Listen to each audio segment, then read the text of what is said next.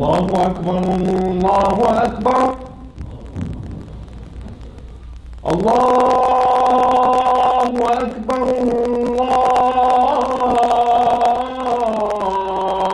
الله أكبر أشهد أن لا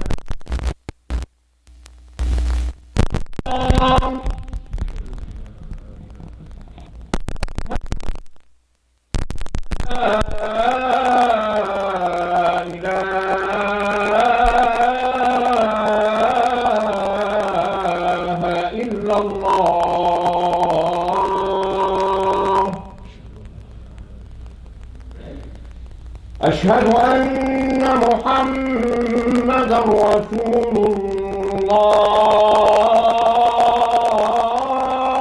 الله أشهد أن محمدا رسول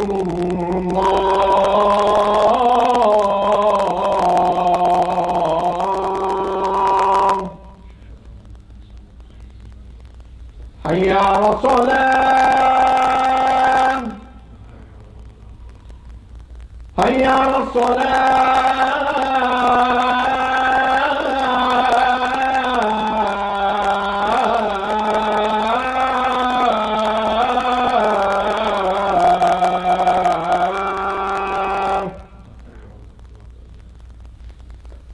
حي على الفلاح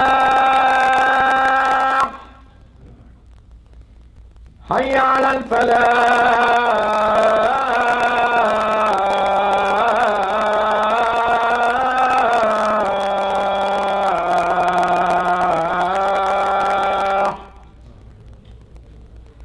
الله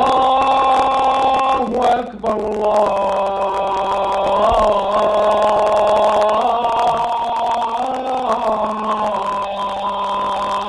أكبر لا إله إلا الله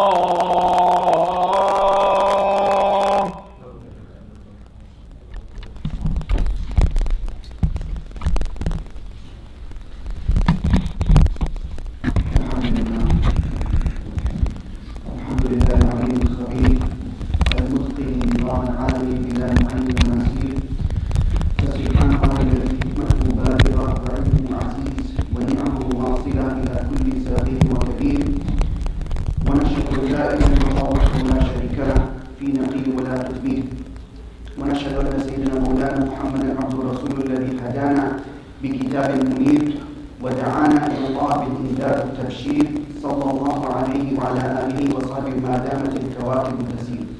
اما بعد فقد قال الله عز وجل في كتابه المبين بعد اعوذ بالله من الشيطان الرجيم بسم الله الرحمن الرحيم واتاكم من كل ما سالتموه وان تعدوا نعمه الله لا تحصوها ان الانسان لظلوم كفار.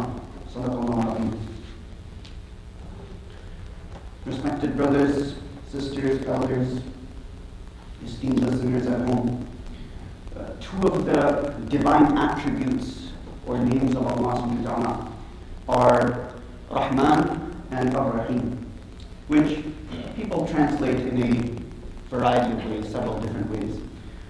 Some translate it as entirely merciful, especially merciful.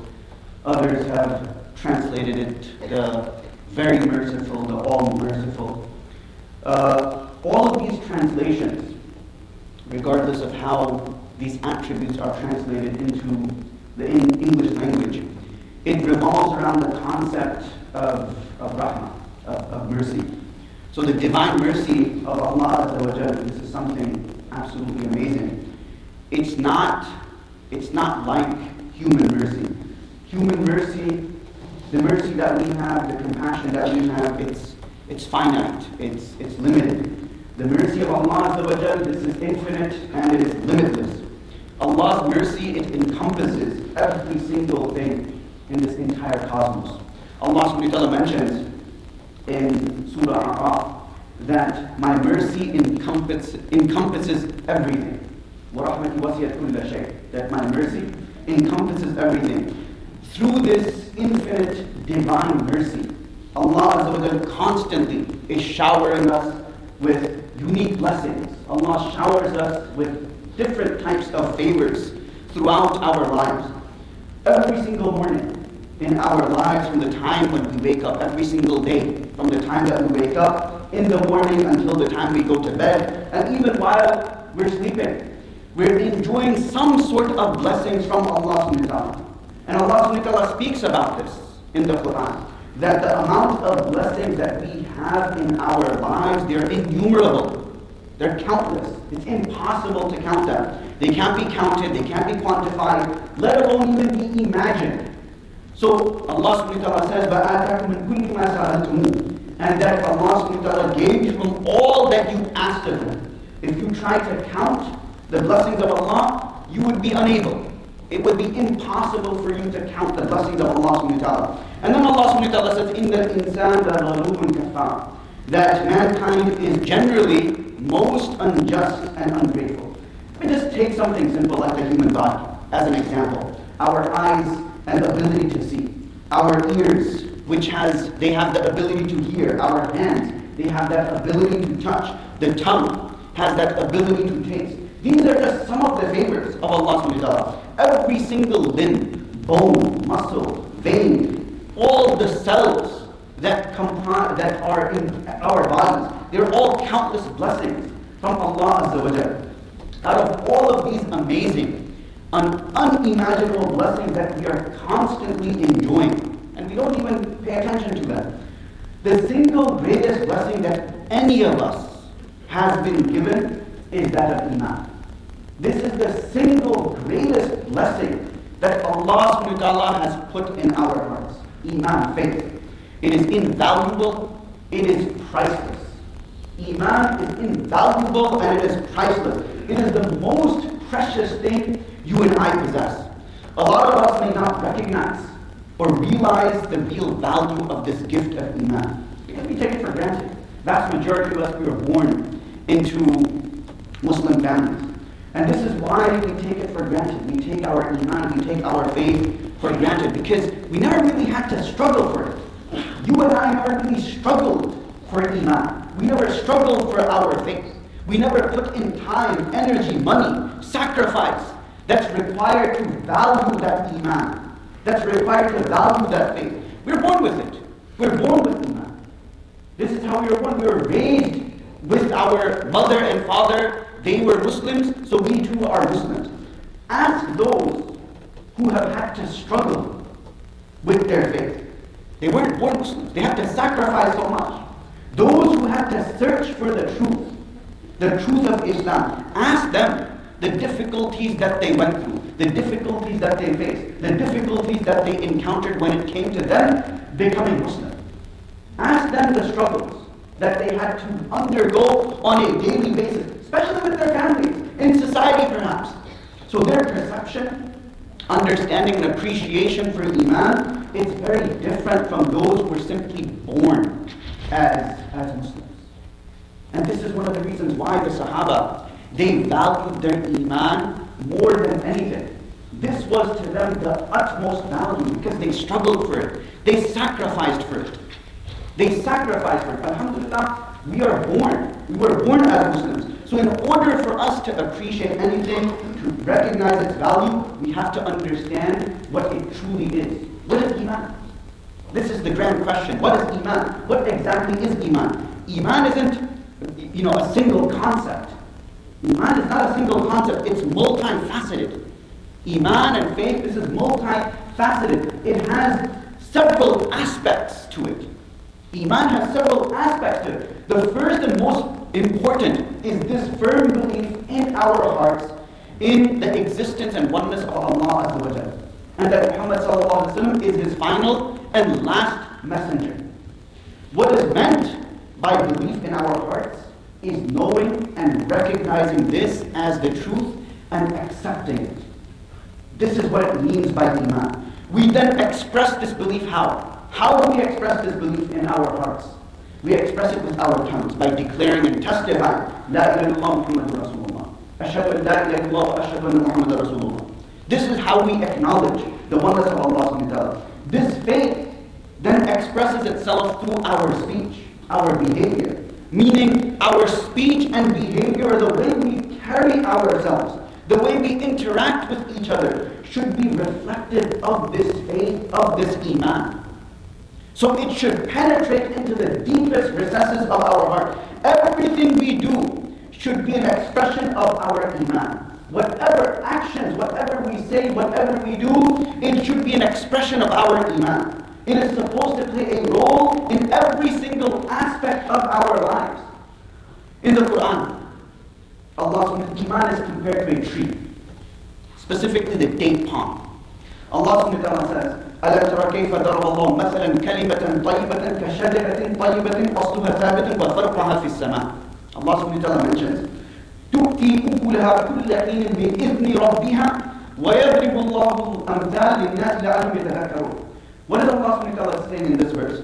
That Allah subhanahu wa ta'ala is addressing Rasulullah sallallahu alaihi wasallam, that, O Prophet of Allah, do you not see how Allah makes comparisons? Look at how Allah subhanahu wa ta'ala uses parables to make people understand. A good word, la ilaha illallah, it is like a good tree whose roots are firm, whose branches are high in the sky, and constantly yielding fruit. This tree is constantly yielding fruit. Allah subhanahu wa ta'ala makes such comparisons for people so that they reflect. So what is Allah subhanahu wa ta'ala saying? Our iman in this verse is being compared to a date palm tree. Allah subhanahu wa ta'ala is comparing our iman to a date palm tree. The roots of the tree represent our firm, unshakable belief in the existence and oneness of Allah subhanahu wa ta'ala, and the finality of Rasulullah sallallahu alaihi wasallam being the last messenger of Allah subhanahu wa ta'ala. This is what this first part means. The trunk of the tree, it is verbalizing and vocalizing this belief through this kalima. The branches are our actions. The branches are our actions. These are verses that we need to ponder over. What is Allah subhanahu wa ta'ala saying? Why is Allah subhanahu wa ta'ala making this comparison with iman and a tree? So similarly, Rasulullah sallallahu alaihi wasallam in a hadith mentions that iman has 70 some odd branches. Iman has 70 some odd branches. The highest is the statement that there is none worthy of worship besides Allah. There is none worthy of worship besides Allah. And the lowest is removing harm from the path. And modesty, this too is a part of iman. Iman is how we worship Allah. It is how you and I worship Allah. Our character, how we speak to others, how we treat our parents, our siblings, our relatives. Iman is how we do business, how we drive on the highway. Are we inconveniencing others when we're driving on the highway? Or are we driving like a maniac thinking that we're in Germany all along? How are we driving? And how we park during the Jumah prayers? That are we inconveniencing people? Are we parking and using up both lines? Right? Are we parking using both lines? These are things that you and I need to understand. This is part of our iman. This is part of our actions. How we carry ourselves at work, on the campus perhaps, at schools. This is also part of our iman. It is the single most important blessing given to us by Allah subhanahu wa ta'ala. And this is why it's important to have a deep understanding of what it truly means. Faith is not some abstract concept, something intangible that can't be touched. It's not some emotion. It's not some emotion. Rather, our iman, our faith is something that is living. It is organic. It can be felt. It's corporeal. It can be seen. Part of the experience is that we feel our faith. It goes through cycles. Sometimes it's strong, and at other times it's weak. So iman, yazid wa yanqus. It goes up, it comes down. And this is natural. This is the feeling that the Sahaba truly encountered. Rasulullah sallallahu alaihi wasallam, we're familiar with the hadith of Hanzala radiallahu anhu. So Hanzala radiallahu anhu, he's sitting with the Prophet sallallahu alaihi wasallam. He's amongst other companions. And Rasulullah sallallahu alaihi wasallam is speaking about deen. He's speaking about iman. He's speaking about faith. To the extent that the Sahaba, they're touched. Their eyes are flowing with tears. And then they go home. So Hanzala radiallahu anhu is narrating the hadith that I go home. I'm with my family, I'm with my kids. And I'm laughing, I'm having light-hearted talk with them. And suddenly I'm struck with the feeling that, just a moment ago I was with Rasulullah sallallahu alaihi wasallam, and I was so overwhelmed with grief, with sadness. I was so moved, I was so touched because of what the Prophet sallallahu alaihi wasallam was saying.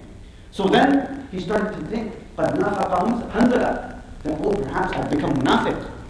Perhaps I've become munafiq. Look at the change that overcame Hanzala radiallahu anhu. So he says that I was overcome with sorrow and sadness, so I left my home. And I continued to repeat that, Hanzala, you have become munafiq, you have become hypocrite. So then he narrates that I met Abu Bakr radiallahu anhu. And Abu Bakr radiallahu anhu, he asks that, Hanzala, where are you going? And he repeats the statement that, Abu Bakr, Hanzala has become munafiq. So he says that, glory, subhanAllah, how is this possible? How is this possible? What are you saying? This is impossible. So then he explained that this was my situation with the Prophet ﷺ when I'm at home. I'm in another state. I'm in another situation. So Abu Bakr said that, I feel the same way. And both of them go to the Prophet ﷺ. Both of them now go to Rasulullah ﷺ, and then they're telling the Prophet ﷺ, Ya Rasulullah, this is how we feel. This is how we are feeling. So the Prophet ﷺ consoles them and tells them that your iman is not always going to be high. There is going to be fluctuation in your iman. There is going to be fluctuations in your iman. You're going to become occupied with other things.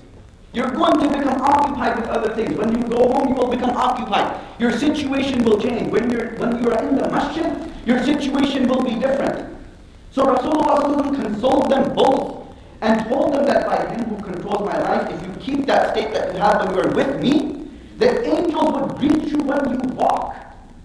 The angels would greet you when you walk. So you can't stay consistent. It's impossible to feel that spiritual high at all times. So Rasulullah said that, Hanzala, there's a time for worship and there's a time for worldly engagements. And the Rasulullah said this 3 times. That for everything there is a time. This is an instructive incident from the life of Rasulullah. It highlights beneficial points, guidance, lessons, morals, and reminders. That what is this hadith actually saying? So I want to focus on the fact that the companions of Rasulullah, the best human beings to walk on the face of the earth after the Prophet, after the messengers, they all experienced their ups and downs. Each and every single one of them experienced their ups and downs. They went through the exact same struggles that we do in terms of our faith, in terms of our relationship with Allah subhanahu wa ta'ala. What did the Prophet do? He consoled them. He comforted them. He reassured them that this is normal. This is part and parcel of our human nature. This is part of our human nature. What makes the case of Hanzala and the other companions unique is that they had this genuine concern for the health of their iman.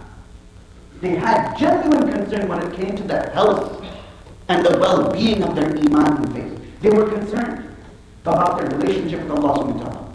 We are also going to experience ups and downs in our faith. And we should have a genuine concern as well.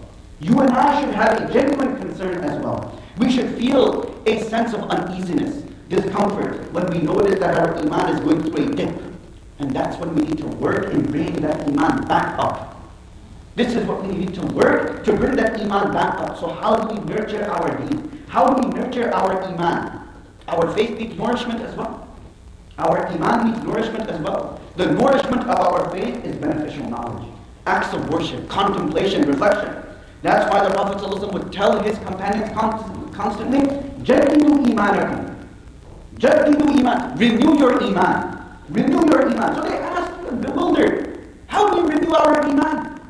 How do we renew our iman? So Rasulullah ﷺ explained by saying that there's no God worthy of worship except Allah subhanahu wa ta'ala. This is how you renew your iman. This is how you renew your faith. Keep good company. Surround yourselves with individuals who share the same beliefs, morals, ethics, values, and principles.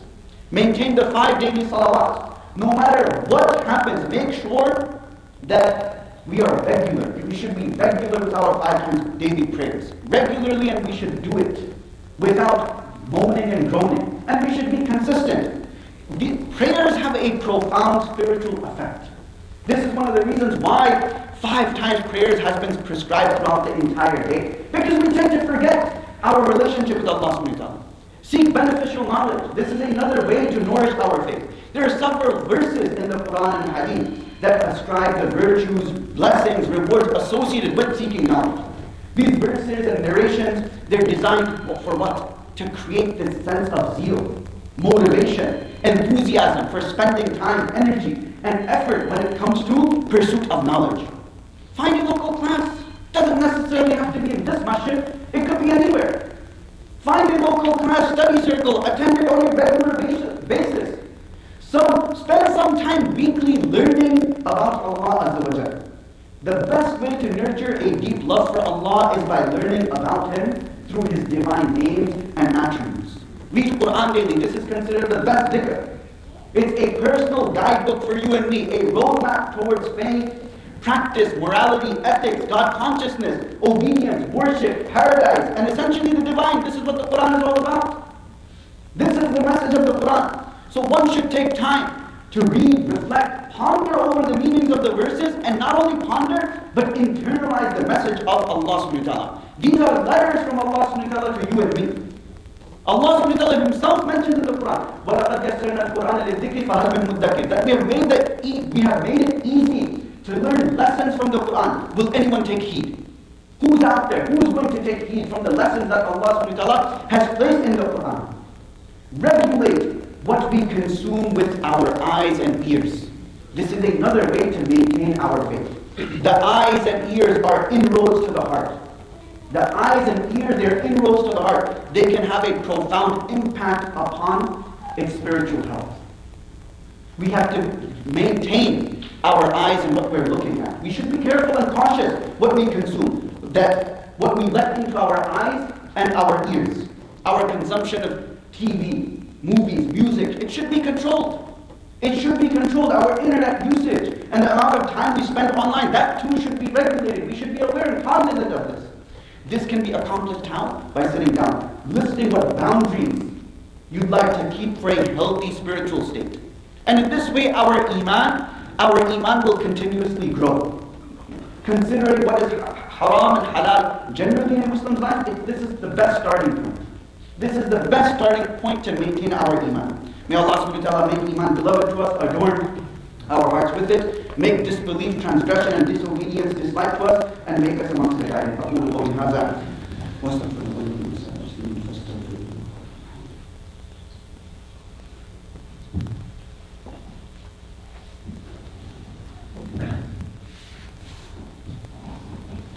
إن الحمد لله نحمده ونستعينه ونستهديه ونشكره ونعوذ بالله من شرور أنفسنا ومن سيئات أعمالنا.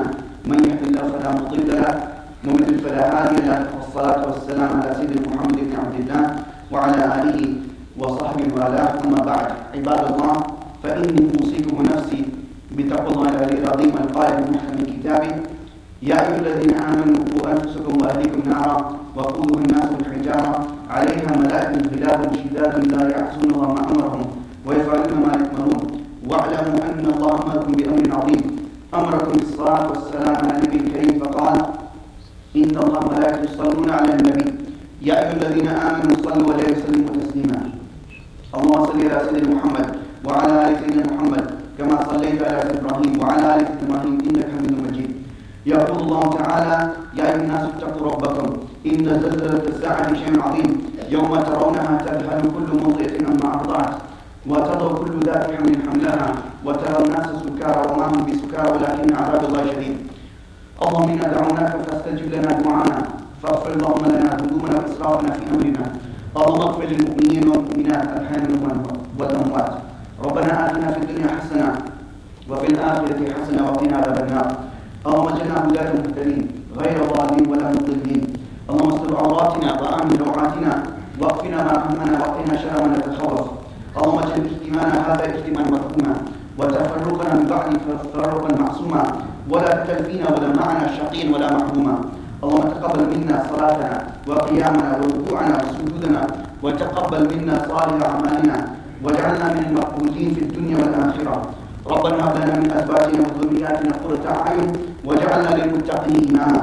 اللهم اجعل أولادنا أبرارا أتقياء وأنبته في الإسلام نباتا حسنا. اللهم اصلح ديننا كله، اللهم اصلح شأننا كله، اللهم اجعل آخر كلامنا من الدنيا لا إله إلا الله محمد رسول الله. عباد الله، إن الله يأمر بالعدل والإحسان وإيتاء ذي القربى وينهى عن الفحشاء والمنكر والبغي يعظكم لعلكم تذكرون. اذكروا الله العظيم يذكركم واشكروه يزدكم واستغفروا يغفر لكم واتقوا يجعل لكم من أمركم مخرجا.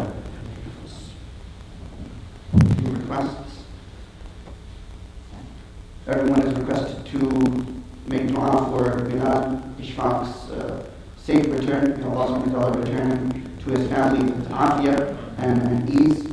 Please remember in your du'as. Brother Muhammad Upal's mother is not feeling well. May Allah subhanahu wa ta'ala grant her shifa kamila ajal mustamir. May Allah subhanahu wa ta'ala grant all those who are sick shifa kamila ajal mustamir. Remove all traces of sickness from within them.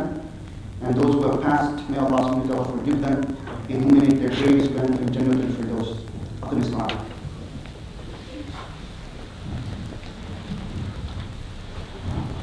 الله أكبر الله أكبر. أشهد أن لا إله إلا الله. أشهد أن محمدا رسول الله. حي على الصلاة، حي على الفلاح. قد قامت الصلاة، قد قامت الصلاة.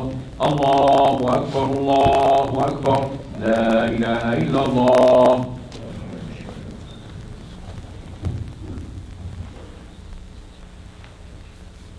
الله أكبر.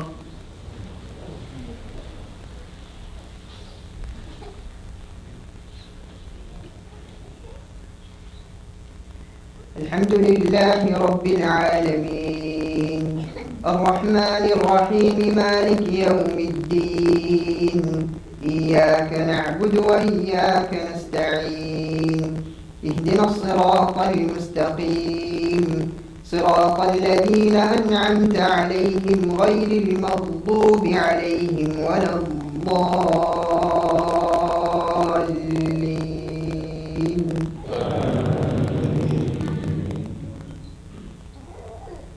الحمد لله الذي أنزل على عبده الكتاب ولم يجعل له عوجا قيما لينذر بأسا شديدا من لدنه ويبشر المؤمنين الذين يعملون الصالحات أن لهم أجرا حسنا ماكثين فيه أبدا وينذر الذين قالوا اتخذ الله ولدا ما لهم به من علم ولا لآبائهم كبرت كلمة تخرج من أفواههم إن يقولون إلا كذبا فلعلك باخع نفسك على آثارهم إن لم يؤمنوا بهذا الحديث أسفا إنا جعلنا ما على الأرض زينة لها لنبلوهم أيهم أحسن عملا وإنا لجاعلون ما عليها صعيدا جرزا أم حسبت أن أصحاب الكهف والرقيم كانوا من آياتنا عجبا إذ أوى الفتية إلى الكهف فقالوا ربنا آتنا من لدنك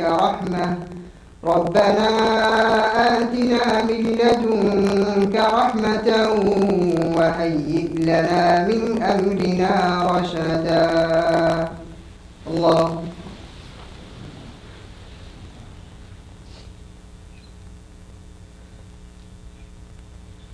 سمع الله لمن حمده. الله أكبر.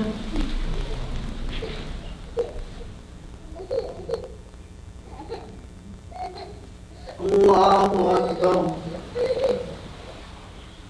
الله أكبر.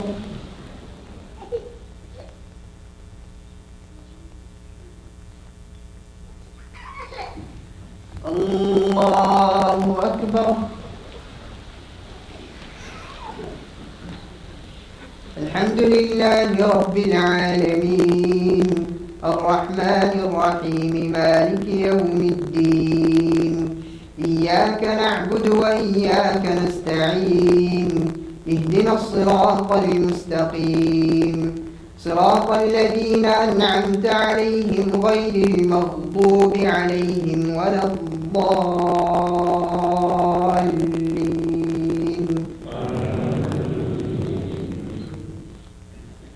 إن الذين آمنوا وعملوا الصالحات كانت لهم جنات الفردوس نزلا خالدين فيها لا يبغون عنها حولا.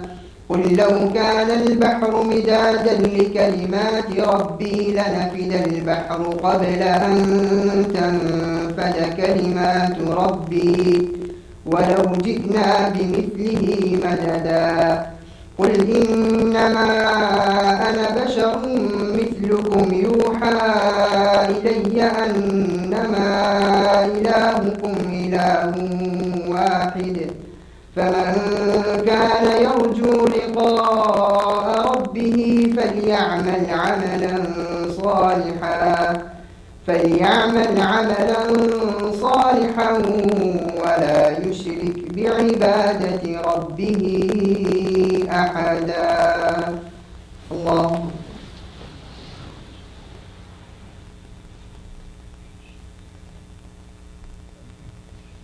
سمع الله لمن حمده.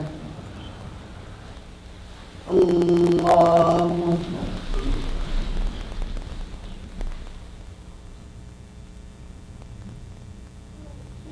الله أكبر.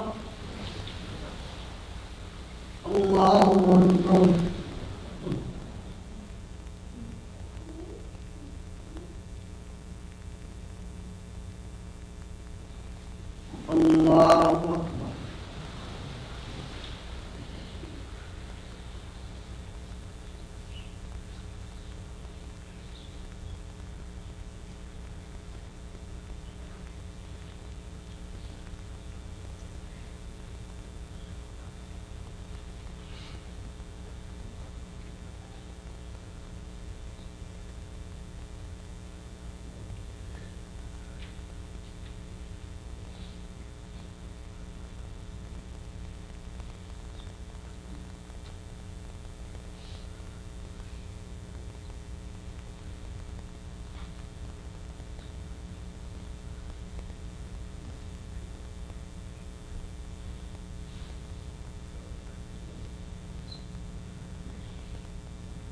السلام عليكم ورحمة الله. السلام عليكم ورحمة الله.